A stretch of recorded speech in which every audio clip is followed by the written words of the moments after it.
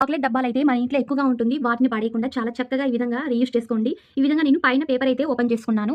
Lines అయితే చూడండి cut చేసుకుంటున్నాను. ఆ షేప్ ఎలా ఉందో అలాగా కట్ చేసుకుంటున్నానండి. చాలా ఈజీగా ఉంటుంది. చూడండి ఈ విధంగా కట్ చేసుకోవాలి. ఇలా అద్దానికి కట్ చేసుకున్న తర్వాత మిడిల్‌లో అయితే ఇప్పుడు చూడండి కత్తిని హీట్ చేసుకొని స్టవ్‌లో ఈ విధంగా చూడండి మిడిల్‌లో అయితే లైన్స్ ఈ విధంగా నేను కట్ చేసుకుంటున్నాను. చూడండి షేప్ అయితే ఈ విధంగా ఉంటుంది. ఇప్పుడు కింద పీస్ తీసుకొని ఈ విధంగా దీనైతే చాలా రకాలుగా మనం యూజ్ చేసుకోవచ్చండి. చాలా ఈజీ అయిన కిచెన్‌కి చాలా యూజ్ అయ్యే ఒక ఆర్గనైజర్ తయారు చేసుకోవచ్చండి.